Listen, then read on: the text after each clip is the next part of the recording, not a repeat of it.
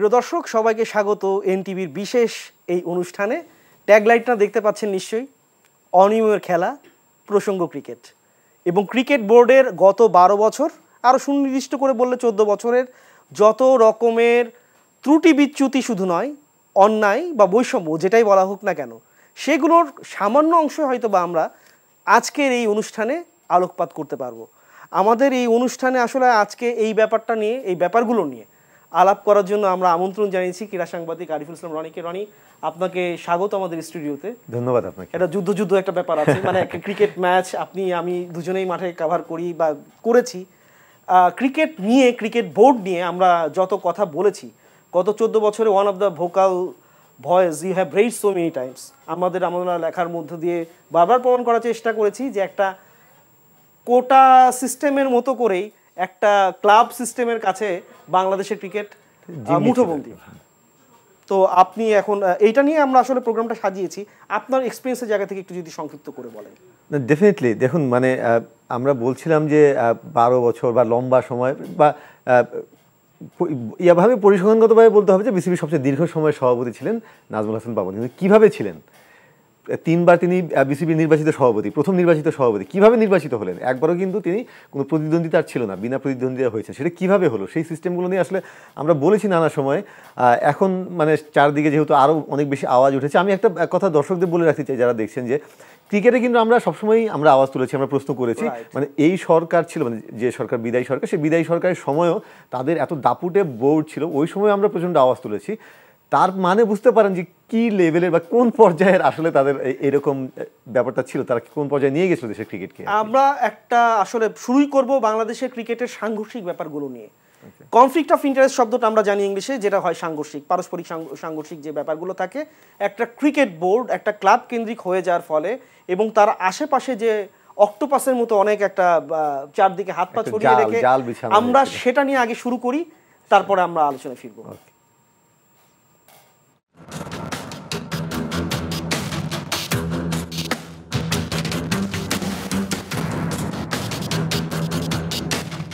বিসিবিতে এই রাত সংশয়ের চূড়ান্ত সীমানায় গিয়ে এঁকে দিয়েছে প্রশ্নবোধক চিহ্ন।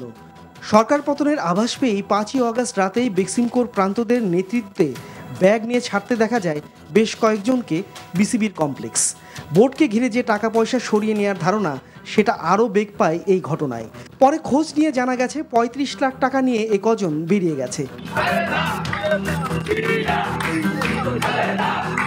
এই ঘটনার পরের দিনই বিসিবিতে গত 12 বছরের বঞ্চিতরা রাজনৈতিক প্ল্যাটফর্মে দেয় মহড়া। এতে করে বিসিবি থেকে আরও গুরুত্বপূর্ণ দলিল সরানো সম্ভব হয়নি।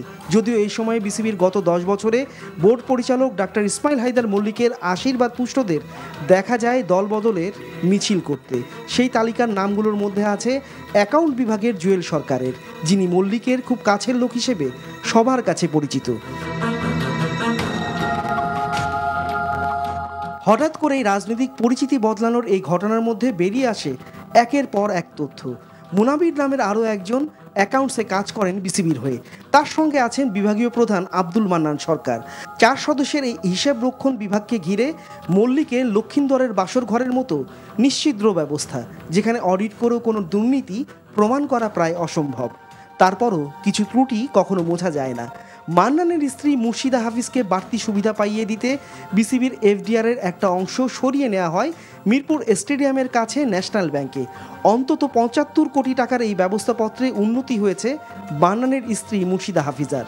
এ বিষয়ে বিসিবির প্রধান হিসাবরক্ষক মান্নানের সঙ্গে যোগাযোগ করা হলে তিনি ক্যামেরার সামনে কোনো কথা বলতে চাননি, তবে ফোনে জানিয়েছেন এক্ষেত্রে নিয়মের ব্যতিক্রমও করা হয়নি। যদিও এনটিভির অনুসন্ধান আজ করতে পেরে সোমবার এফডিআর ভেঙে ফেলার সিদ্ধান্ত নিচ্ছিল বিসিবি। গত 12 বছর ধরে চলতে থাকা অনিয়ম শুধু অর্থনৈতিক হিসেবে তল পাওয়া আসলেই কঠিন। কোথায় কত টাকা খরচ হয়েছে সব হিসাব কিন্তু আমরা রেগুলারলি মেনটেন করতাম। সেই জিনিসগুলো একেবারেই অবসলিট হয়ে গেছে। 900 কোটি টাকা আমরা বারবার শুনি বিসিবিতে 900 কোটি টাকা আছে, কিন্তু এই 900 কোটি টাকা তো 2000 কোটি টাকাও তো আমাদের থাকতে পারতো। সেই অ্যাকাউন্টেবিলিটিটা কোথায়? এই 900 কোটি যে আসলে প্রকৃত আয় বা প্রকৃত বিসিবির কোষাগারে জমা আছে, সেটা অ্যাকাউন্টেবিলিটিটা কোথায়? এটা যে 3000 কোটি টাকা না, হু নোজ। সুতরাং এইটা হচ্ছে সবচেয়ে বড় সমস্যা, কোনো ধরনের অ্যাকাউন্টেবিলিটি নেই। বিসিবির প্রধান হিসেবে নাজমুল হাসান পাপন আসার পর থেকে বেক্সিমকো ফার্মাই শুধু নয়, একে একে এ পথে বেক্সি ট্রেডও চলে আসে। সাংঘর্ষিক এই চুক্তিতে তারা বছরে অন্তত 2 কোটি টাকার প্লেনের টিকিট বিক্রি করেছে। প্রতিষ্ঠানটির কারোর সঙ্গে যোগাযোগ করে পাওয়া সম্ভব হয়নি। বেক্সি ট্রেড টিকিট দিতে না পারলে তখন সেখানে দেখা গেছে হরাইজন ও আইটিসিকে। এছাড়াও বিভিন্ন সময়ে আন্তর্জাতিক দলগুলো বাংলাদেশে খেলতে আসলে বাস ও মাইক্রো ভাড়া করা নিয়ে ৯-৬-এর গল্পটা লজিস্টিক বিভাগের জন্য নতুন কিছু নয়। বিসিবির এই পরিচালনা পর্ষদে ইসমাইল হায়দার মল্লিক ছুরি ঘুরিয়েছেন একাই। তার আমলে 2014 থেকে চলতি বছর পর্যন্ত অন্তত 15 জনকে কোনো নিয়ম না মেনেই নিয়োগ দেওয়া হয়েছে।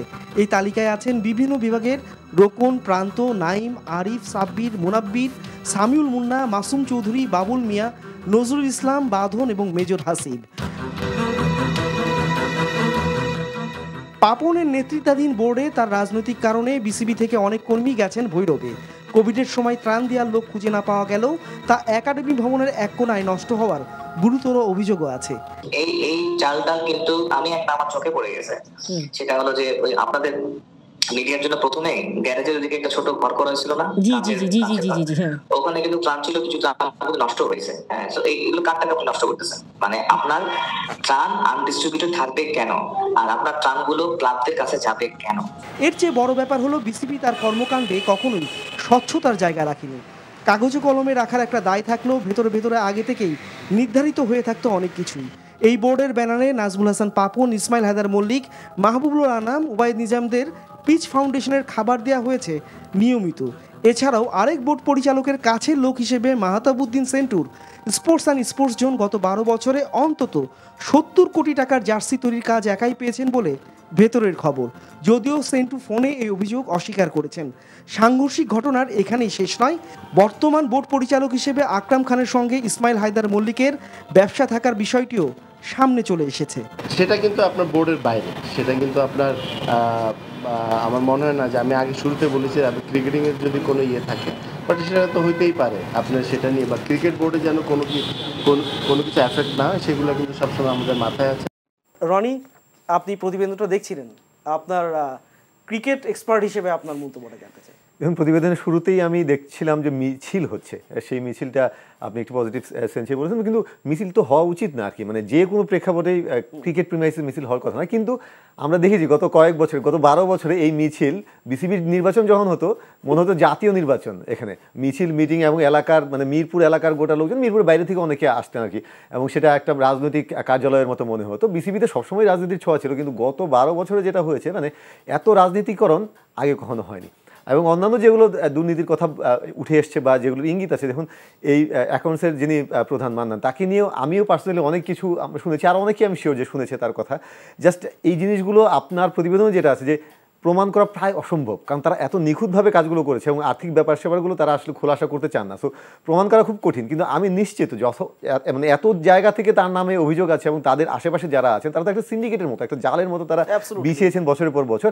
অনেক বোর্ড ডিরেক্টর, আমি আপনাকে নিশ্চিত করে বলতে পারি, অনেক বোর্ড ডিরেক্টরও তাদের এসব নিয়ে আর কি বিরক্ত ছিলেন এবং তাদের কাছ থেকেই আমরা খবর পেয়েছি। ইভেন বোর্ডের অনেক এমপ্লয়ি তাদের এই কাজগুলো দেখে আসলে মানে তাদের এতটাই তারা বিব্রত হয়েছেন যে তারা আমাদের কাছে বলতে বাধ্য হয়েছেন। সো ব্যাপারগুলো এই পর্যায়ে তারা নিয়ে গেছে বছর পর বছর ধরে। এবং আর্থিক ব্যাপারগুলো সবচেয়ে বড় ব্যাপার কি জানেন, একটা সময় ছিল যে একটা পেশাদার বোর্ড, এখানে আপনার সব আর্থিক ব্যাপারে কিন্তু স্বচ্ছতা থাকা উচিত। কিন্তু গত কয়েক বছরে যেটা হয়েছে যে সিম্পল আর্থিক ম্যাটার যেগুলো স্পন্সরশিপের মানি, একটা সিরিজের স্পন্সরশিপ হলো কিংবা যে কোনো ক্ষেত্রে স্পন্সরশিপ হচ্ছে, এই সিম্পল ব্যাপারগুলো তারা কিন্তু খোলাসা করতে চান না প্রেস কনফারেন্সে।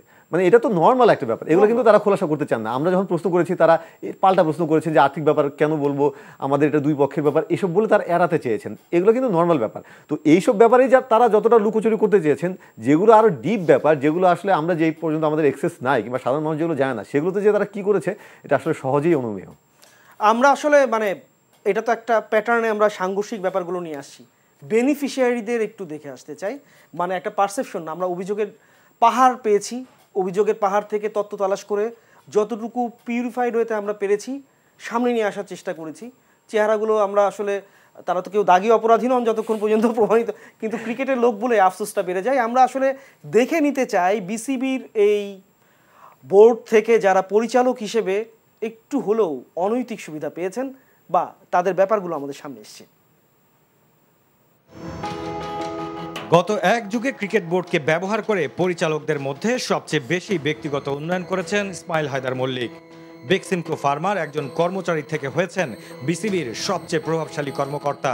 সাবেক সভাপতি নাজমুল হাসান পাপনের কাছের মানুষ হিসেবে পরিচিত। তার মাধ্যমেই বিসিবিকে নিয়ন্ত্রণ করতেন পাপন। তিনি অলিখিত সাধারণ সম্পাদক হিসেবে সব সাব কমিটির কাজেই নাক গলিয়েছেন, পেশাদার কাঠামোকে বুড়ো আঙ্গুল দেখিয়েছেন।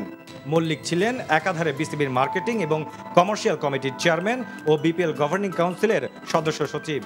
গুরুত্বপূর্ণ এই দুই কমিটি ছাড়াও মল্লিক বিসিবির ফাইন্যান্স কমিটির চেয়ারপারসন ছিলেন।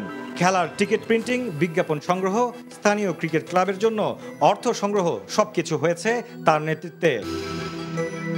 সর্বক্ষেত্রে দুর্নীতির বিচরণে মল্লিকের সহযোগী ছিলেন বেক্সিমকোর আজিজুর রহমান ও তার দুই বন্ধু জিকরুল আকাশ এবং ওমর হোসেন রতন। তাদেরকে দিয়ে সব ক্লাব বাণিজ্য চালাতেন বলেও অভিযোগ রয়েছে।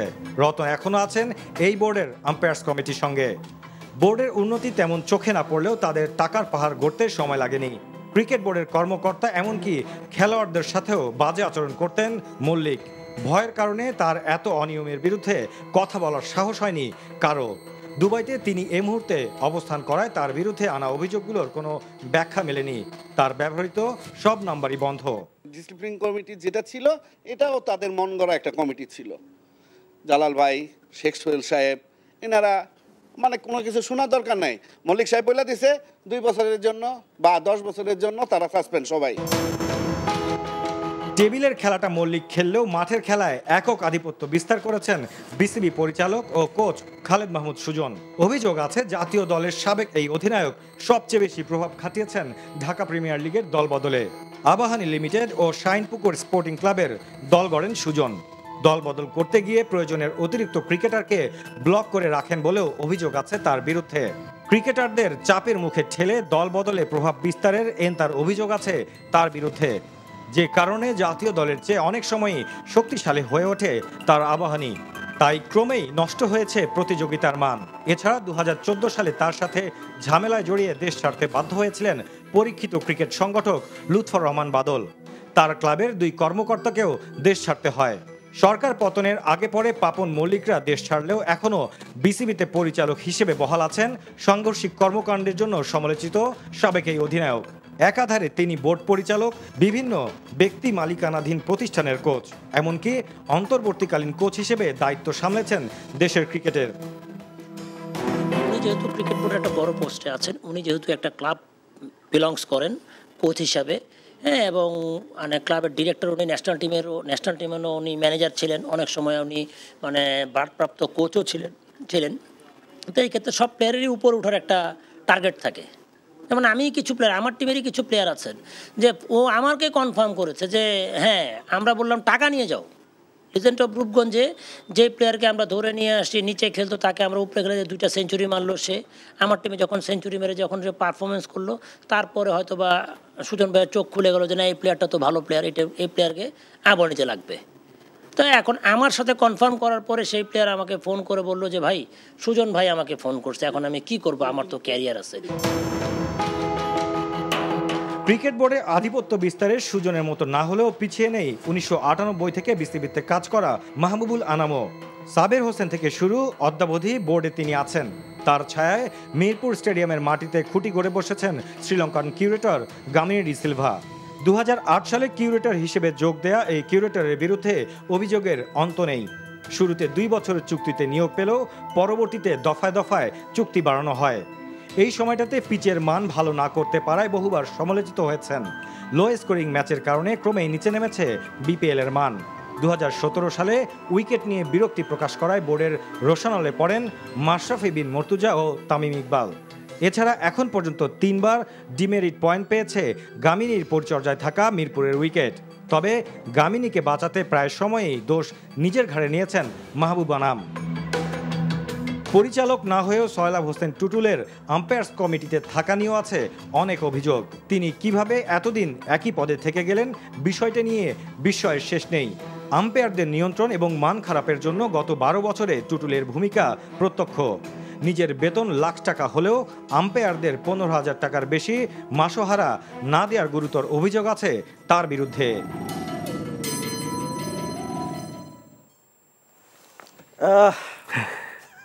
প্লিজ।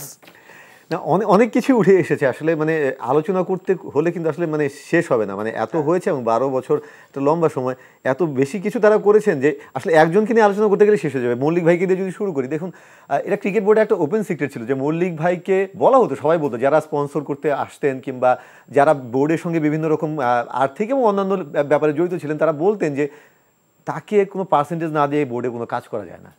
মানে এটা এখন এই ব্যাপারগুলো আসলে তারা ওপেন কখনো বলতে চাননি সঙ্গত কারণেই, এবং আমাদের পক্ষে এগুলো সরাসরি লেখা কিংবা আপনার তুলে ধরা কঠিন ছিল, কারণ প্রমাণ ছাড়া তো আমরা কিছু করতে পারি না। কিন্তু আমরা সবাই জানতাম, সবাই জানে এইগুলো। আপনি ক্রিকেট বোর্ডে যে কাউকে জিজ্ঞেস করলে কিন্তু তারা বলে দেবেন যে তাকে এবং তার আশেপাশে যারা আছেন তাদের যে একটি বিশাল সিন্ডিকেট। এবং দেখুন ওই যে বোর্ডের আয়ের কথা বলা হয়, আমি জামিল ভাইয়ের কথা শুনছিলাম যে আসলে 900 কোটি টাকা আয়ের কথা বলা হয়, আরও কত বাড়তে পারতো। এটাও কিন্তু আমরা সবসময় বলেছি যে আসলে ক্রিকেট বাংলাদেশের যে বিগেস্ট একটা থিং, মানে ক্রিকেটের উপর তো বাংলাদেশে কিছু নাই, সেখান থেকে আসলে কতটা আয় করা সম্ভব। আমরা মানে ক্রিকেট বোর্ডের সিইও বা মল্লিক ভাইরা নানা সময় বলতেন যে ক্রিকেটের বাজার নাই বা আমরা পাচ্ছি না, স্পন্সরশিপ পাচ্ছি না, কিন্তু তারা তো আসলে একটা সিন্ডিকেট বানিয়ে রেখেছিলেন, একটা জাল বিছিয়ে রেখেছিলেন। ওই এর বাইরে তাদের পরিচিত তারা যেখান থেকে পার্সেন্টেজ পাবেন বা তারা যেখান থেকে কমিশন পাবেন তাদেরকেই দেওয়া হবে, এবং থার্ড পার্টি যারা আসছে সবাই মিলিয়ে একটা চক্র ছিলেন। তো এর বাইরে যাচ্ছে না। ক্রিকেট যে বাংলাদেশের মানে এত বড় একটা ক্ষেত্র, এবং এখান থেকে আসলে কত আয় করা সম্ভব, যেটা সত্যিকার অর্থে ভালো টেন্ডার হতো, সত্যিকার অর্থেই যদি আপনি ওপেন মার্কেটে ছেড়ে দিতেন তাহলে আসলে কতটা আয় আমরা করতে পারতাম সেটা কিন্তু আমরা জানি না আসলে। মানে কিন্তু যেটা বললাম যে তারা আসলে নিজস্ব লোকগুলোর ভিতরে সেগুলো আসলে সীমিত রেখেছেন এবং তাদের লাভের জন্য। সুজন ভাইয়ের কথা এসেছে, খালেদ মাহমুদ সুজন, তার মাঠের ক্রিকেটে তিনি যতটা অবদান রেখেছেন, গেম ডেভেলপমেন্টের চেয়ারম্যান হিসেবে তিনি যতটা অবদান রেখেছেন, সবগুলোর প্রতি আমার মানে সম্মান আছে বা সেগুলো স্বীকার করি। কিন্তু বোর্ড ডিরেক্টর হিসেবে এটা তার দায়িত্ব, তিনি করবেন, সেগুলো জন্য আমরা প্রশংসা করবো, ফাইন। কিন্তু এত বেশি অভিযোগ 12 বছর ধরে সাংঘর্ষিক যে ব্যাপারগুলো হলো, সিম্পল একটা ব্যাপার, আপনি বোর্ড ডিরেক্টর হয়ে কোনো দলের কোচ থাকতে পারবেন না, এটা হতে পারে না। আপনি একটা বিপিএল দলের কোচ হচ্ছেন, আপনি ঢাকা লিগের দলের কোচ হচ্ছেন, আপনার আম্পায়ার আপনারই এমপ্লয়ি, ডেফিনেটলি আপনার দলের বিরুদ্ধে যখন কোনো ডিসিশন তিনি দেবেন, তিনি তার ব্যাক অফ দ্য মাইন্ড সেটা কাজ করবে যে হ্যাঁ এটা সুজন ভাই, এবং তার বিরুদ্ধে এই অভিযোগ আছে তিনি আম্পায়ারদের বাইরে থেকে গালিগালাজ করেন, এরকম প্রচুর ফুটেজ রিপোর্ট আমরা দেখেছি। কিন্তু তো এটা কিন্তু পরোক্ষ একটা চাপ। দল বদল নিয়ে যে কথাটা হলো এটা 100% ট্রু, এটা জানি আমরা। প্লেয়ার জাতীয় দলের চেয়ে শক্তিশালী তারা হয়েছেন, এবং অনেক ক্রিকেটার আবাহনীতে গিয়ে বসে থেকেছেন বা আবাহনীতে তারা যে রোলটা তাদের পাওয়া উচিত সেটা পাচ্ছেন না। অন্যান্য দলে তারা খেলতে পারতেন, এখন তাদের টাকা আছে, তারা সেটা করবেন, ফাইন। কিন্তু আপনি যখন একজন ক্রিকেট বোর্ডের পরিচালক এবং আপনার যখন দেশের ক্রিকেটের বৃহত্তর স্বার্থ দেখবেন, তখন তো আপনার এই ব্যাপারগুলো দেখা উচিত যে দেশের ক্রিকেটের জন্য কোনটা হচ্ছে। আবাহনী ইজ নট মানে হোল ক্রিকেট, তাই না? সো এবং আবাহনী তো তারপরেও যথেষ্ট শক্তিশালী দল করতে পারে। জাস্ট আপনি অনেক প্লেয়ারকে যদি জাস্ট আপনি অন্যান্য দলে ছেড়ে দিতে পারেন বা তাদেরকে মানে সেই সুযোগটা করে দিতে পারেন যে তারা খেলার সুযোগ পাবে, দেশের ক্রিকেটটা উঠে আসবে। সো আমরা আসলে এইগুলো নিয়ে আসলে আরেকটা মানে কথা বললে শেষ হবে না। এবং আমরা জানি যে ক্রিকেটের রাজনীতিটা, এখানে ক্লাব ক্রিকেটের ভোটের রাজনীতিটা কতটা মারাত্মক, সবচেয়ে ইম্পর্টেন্ট পয়েন্ট এটা, এবং এটাই আমরা একবার দেখে আসতে চাই। ঢাকার ক্লাব ক্রিকেটের নিয়ন্ত্রণ যার, ক্রিকেট বোর্ড তার। ক্লাবের কর্মকর্তাদের নিজেদের পক্ষে রাখতে পেশি শক্তির ব্যবহারের অভিযোগ রয়েছে। কথা না মানলেই বড় বিপদ। সংগঠকদের হুমকি ধামকি দেওয়ার সঙ্গে মামলার মুখোমুখিও হতে হয়েছে একাধিকবার। ক্লাব নিয়ন্ত্রণের পেছনে বিসিবি পরিচালক ইসমাইল হায়দার মল্লিককে দায়ী করছেন ভুক্তভোগীরা। চালাই তো মনে করেন যারা গং ছিল, মল্লিক অ্যান্ড গং ছিল যারা, ঠিক আছে, ওরা তো মনে করেন অপদস্থটা ওদের তৃতীয় শ্রেণীর লোকজনদের দেয়া করাইতো। প্রতিবাদ করছি, আমাদের প্লেয়াররা আম্পায়ারিংয়ের জন্য মাঠে শুয়ে পড়ছে, পিচে শুয়ে পড়ছে। তখন থ্রেট দেওয়া শুরু করলো, টিম দিয়া দাও। আমরা বলছি আমরা টিম দিব কেন? জিডি দিছে, আমাদের অনেক ক্লাব কর্মকর্তাদের জিডি দিছে, তখন জিডি করছে, পুলিশ দিয়ে হয়রানি করছে, ফোনে হয়রানি করছে। আমি ফোনেও তো অনেক ঠেট খাইছি, জান্নাসেরও ঠেট খাইছি। দ্বিতীয় বিভাগ ক্রিকেটেও অভিযোগের শেষ নেই। সবকিছুর পেছনে রয়েছে বিসিবির আকর্ষণীয় চেয়ার দখলের লোভ। তাই তো নির্বাচনের প্রক্রিয়া পরিবর্তনের দাবি ক্লাব কর্মকর্তাদের। বৃষ্টির ভিতরে খেলা হয়েছিল এবং ম্যাচ রেফারি যথারীতি ডিএল মেথডে একটি টাইম নির্ধারণ করে দিয়েছিল যে এই টাইমের ভিতরে খেলা হবে, না তো খেলা পোস্টপন্ডেড এবং অথবা ভাগাভাগি হয়ে পয়েন্ট। ওভার হয়ে যাওয়ার পরেও ম্যাচ রেফারি তার রিপোর্টে দিয়েছে যে খেলা ইন্ডিয়া রিফিউজ টু প্লে করছে, সেই জন্য আমাদেরকে সেকেন্ড ডিভিশন নামিয়ে দিয়েছে। জাতীয় নির্বাচন যেভাবে হয়েছে ঠিক তার পুনরাবৃত্তি ঘটেছে ক্রিকেট বোর্ডের নির্বাচনেও। সুতরাং নির্বাচন করতে গেলে যেভাবে ক্লাব দখল, কাউন্সিলর দখল, সেটা কিন্তু কন্টিনিউয়াসলি হয়ে আসছিল এবং নামমাত্র নির্বাচন হয়েছে। ভোটের রাজনীতিতে বড় ঝড়ের মধ্যে পড়তে হয়েছিল লেজেন্ডস অব রূপগঞ্জকে। ঢাকা লিগের আম্পায়ারিং, আবহানির দিকে সদয় ব্যবহার এবং বোর্ড সভাপতির কাছের লোকদের নিয়ে কড়া প্রতিবাদ করতে গিয়ে দেশ ছাড়তে হয় ক্লাবের কর্ণধার লুৎফর রহমান বাদলকে। তিনি 10 বছর ছিলেন দেশের বাইরে 4টি মিথ্যে মামলায়। তার ক্লাবের অন্য 2 কর্মকর্তা তরিকুল ইসলাম টিটু ও সাব্বির আহমেদ রুবেলকে দেশ ছেড়ে পালিয়ে বেড়াতে হয়েছে দীর্ঘদিন। যেহেতু আমরা চ্যাম্পিয়ন রেসে ছিলাম, এর পরবর্তীতে যে আপনার ডিসেম্বর মাসের 6 তারিখে মেবি ম্যাচটা ছিল আমাদের এগেনস্ট আপনার হচ্ছে প্রাইম ব্যাংক, সেই ম্যাচটাতেই তারা কিন্তু আপনার আম্পায়ারের মাধ্যমে আমাদের এগেনস্টেই তারা আম্পায়ারিংটা আর কি হয়। এবং ম্যাচ পরবর্তীতে আমার ক্লাব প্রেসিডেন্ট লুৎফর রহমান বাদল যেহেতু এগেনস্ট বোর্ড প্রেসিডেন্ট একটা স্টেটমেন্ট দিয়েছিলেন, তো দেওয়ার কারণে সেইখান থেকে আক্রোশের শুরু। এবং পরবর্তী দিন তারা মিরপুর স্টেডিয়ামে 7ই নভেম্বর মিরপুর স্টেডিয়ামে তারা মিছিল করেন।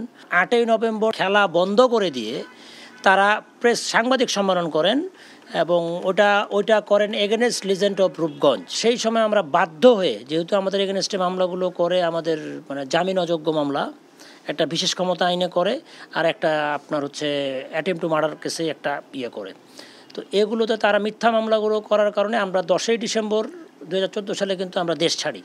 এই ক্লাব রাজনীতিতে বন্ধ হয়ে গিয়েছিল তৃতীয় বিভাগ বাছাই। মাত্র 2টি দল নিয়ে খেলার উদাহরণও তৈরি করে বিসিবি। এতে করে তৃণমূল ক্রিকেটারদের অংশগ্রহণও কমে যায়, বিতৃষ্ণা তৈরি হয় ক্লাব কর্মকর্তাদের মধ্যেও। এই যে পাইপলাইনটা বন্ধ করলেন, এতে বাংলাদেশ ক্রিকেট কোথায় গিয়ে দাঁড়াইছে আপনি চিন্তা করতে পারেন? কোথাও এই যে 10 বছরে যদি আপনি 1200 করে প্লেয়ার ধরেন, 1 বছরে 1200 করে ধরলে 10 বছরে 12,000 প্লেয়ার ডিপ্রাইভ হয়েছে এই টুর্নামেন্টের থেকে। তা আপনি প্লেয়ার পাবেন কোথায়? তামিম, মুশফিক, সাকিব, রিয়াদ, এদের পরে তো আর আপনার প্লেয়ারই ওরকম নাই আমাদের। কারণ হলো এই কোয়ালিফাইটা স্টপ হয়ে যাওয়া। টিমগুলির উপরে অত্যাচার শুরুই হয়েছে পাপন ভাই প্রথম প্রেসিডেন্ট হওয়ার পরের থেকেই। কেন? তাদের সুপার লিগের টিমগুলি যাতে তাদের হয়, ক্রিকেটে ক্র্যাশটাই করতে হইল 2014 থেকে। ক্লাব ক্রিকেটে নৈরাজ্য দূর হলে দেশের ক্রিকেটে আমূল পরিবর্তন হবে বলে প্রত্যাশা সংগঠকদের। আমরা আলোচনা খুব কম সময় পাবো, তার আগে আমরা আসলে এইটা তো আসলে ক্লাব ক্রিকেটের রাজনীতির মেরুকরণ, কিন্তু ক্রিকেটারদের অবস্থা কি রনি? আমরা একবারে 64 রান দেওয়া দেখেছি। আমরা আসলে ক্রিকেটার যারা সাসপেন্ডেড, যাদের ক্রিকেট ক্যারিয়ারটাই শেষ, অঙ্কুরেই বিনষ্ট, তাদের ব্যাপারটা একটু দেখে আসতে চাই, তারপর আমরা শেষের দিকে আপনার আলোচনা শুরু করব। এই দৃশ্যটি পাড়ায় আয়োজিত কোনো সাধারণ ক্রিকেট টুর্নামেন্টের নয়, বরং তৃণমূল পর্যায় থেকে খেলার উঠে আসার মঞ্চ ঢাকা তৃতীয় বিভাগ ক্রিকেট লিগের দৃশ্য। পক্ষপাত দুষ্ট আম্পায়ারিং এর প্রতিবাদ করতে গিয়ে উল্টো বোর্ডে রোশানলে পড়েন ক্রিকেটাররা। 9 রানের মধ্যে উদ্ভূতর উপায়ে উইকেট হারিয়ে 5 উইকেটে ম্যাচ হারে ঢাকা রয়্যাল ক্রিকেটার্স। উইকেট রক্ষকের হাতে বল গেলেই উইকেট দেওয়ার প্রতিবাদ করে শেষ হয়ে গেছে ক্রিকেটারদের কেরিয়ার। 2 ক্রিকেটার নিষিদ্ধ হন 2 বছরের জন্য। আমি ওই বছর, যে বছর আমাকে সাসপেন্ড করলো, সে বছর আমি পার্টিসিপেট প্রিমিয়ারে উঠেছি নিজের হাতে ধরে। 450 থেকে 550 রান করছিলেন। হ্যাঁ, তো ওইখানেও আমাদের আম্পায়ারিং অনেক ঝামেলা করছে। ওই ঝামেলার এক প্রকার বলতে পারেন যুদ্ধের এগেনস্টে আমরা টিম প্রিমিয়ারে উঠেছি। তারপরের বছর আমার প্রিমিয়ার লিগ খেলা করার কথা ছিল, কিন্তু আমি ঢাকা রয়্যালের কোচ হয়েছি, সেই ক্ষেত্রে আমাকে তারা 2 বছরের জন্য সাসপেন্ড করে। শুধু ওই ম্যাচই নয়, এটি প্রায় সব ম্যাচেরই নিয়মিত ঘটনা হয়ে ওঠে। পক্ষপাত দুষ্ট আম্পায়ারিং এর অভিযোগ বারবার উঠলেও তা কানে নেয়নি বোর্ড। ক্রিকেটারদের অভিযোগ খোদ সিসিডিএমই জড়িত ছিল এসব ম্যাচ পাতানোর ঘটনার সঙ্গে। প্রায় 14.5 ওভার ছিল, তো তখন হঠাৎ করে ডিংস ব্রেক দেয়, আমাদের একটা পড়ায়। তো আমাদের একটা সেট ব্যাটসম্যান ছিল জাহিদ, ও প্রায় 57 রানে নট আউট ছিল। তো বাইরে থেকে হঠাৎ করে এই একটা মেসেজ আসে আম্পায়ারদের মাধ্যমে, ওই থেকেই ওনারা 1 ওভারের মধ্যে আর কি সব গুছায় ফেলে, পেটে লাগলে আউট এরকম দেয়। তো সবারই তো আসলে টিমের জন্য ফিলিংস থাকে, ওই জন্য আমি আম্পায়ারকেও চিনতাম। তো ওই জন্য আমি বলছি যে ভাই আপনি এটা কি করলেন, এটা তো একটা কোনো খেলা মধ্যে পড়ে না। এই জন্য ওনারা বিভিন্ন ধরনের করছে, আমরা একটু চিলাচিলি করছি। তো এই জন্য তারা আমাদেরকে সাসপেন্ড করছে আর কি। শুধু ক্রিকেটারদের নিষিদ্ধ করে ক্ষান্ত হয়নি বিসিবি। ডিসিপ্লিনারি অ্যাকশনের নামে দেওয়া হয়েছে মামলার ভয়। কিছু ক্ষেত্রে বাধ্য করা হয়েছে দেশ ছাড়তে। এক সময় আফিফ, মাহিদুল ইসলাম অঙ্কনদের সঙ্গে কাঁধ মিলিয়ে খেলা ক্রিকেটাররা অন্যায়ের প্রতিবাদ করায় তাদের বাধ্য করা হয়েছে ক্রিকেট ছাড়তে, যেখানে তাদের প্রধান আয়ের উৎস ছিল এই ক্রিকেটই। তো ওই দিনকার যে ঘটনা হয়েছিল, ওই ঘটনার পরিপ্রেক্ষিতে আমি অ্যাজ এ ক্যাপ্টেন হিসাবে আমি আমার প্লেয়ারকে সেভ করেছিলাম। আমি কোথাও ছিলাম না, না ভিডিওতে, না কোথাও অকারেন্সে, না আম্পায়ারের সাথে তর্কতে, কোথাও ছিলাম না। আমি আমার দায়িত্ব অনুযায়ী আমি আমার প্লেয়ারকে সাইড করে নিয়ে এসেছি। তো জাস্ট একটুকি আমার অপরাধ, আমি জানি না আমি কী অপরাধ করছি, এখানে মনে হচ্ছে না। তো আমাকে হিয়ারিংয়ে ডাকা হয়েছিল। তো ওইখানে বড় বড় অনেক কর্মকর্তারা ছিল বিসিবিতে, আলী হোসেন সাহেবের সাথে অনেক ছিল। তো আমাদেরকে বলা হয়েছে যে ওই দিন কী করছো, আমার টিমের মালিকের কথা জিজ্ঞেস করে, রুবেল ভাই কী করছো, কোথায়। আমাদের ফোর্সলি আমাদের বলতেছিল যে আমরা আসলে আমাদেরই দোষ। যাদের একমাত্র আয়ের উৎস ছিল ক্রিকেট, তাদের অনেকের এখন সময় কাটাতে হচ্ছে সাধারণ এক চাকুরি করে। অনেকে ক্রিকেটের সঙ্গে থাকলেও ক্রিকেটের পরিমণ্ডলে তাদের পদচারণা সীমিত। তবে শুধু এই ঘটনায় নয়, এর আগে 2017 সালে একপাক্ষিক আম্পায়ারিংয়ের প্রতিবাদ স্বরূপ মাত্র 4 বলে 92 রান দেন সুজন মাহমুদ নামের এক ক্রিকেটার। আম্পায়ারকে জবাবদিহিতার আওতায় না এনে বিসিবি 10 বছরের জন্য নিষিদ্ধ করে সুজন মাহমুদকে। অনেক বোবাকান্নায় শেষ হয়েছে এমন অগণিত ক্রিকেট সম্ভাবনার, যেখানে দেশে ক্রিকেটের জৌলুসের তথাকথিত রোশনাইতে অন্ধকার জমে আছে দলা বেঁধে।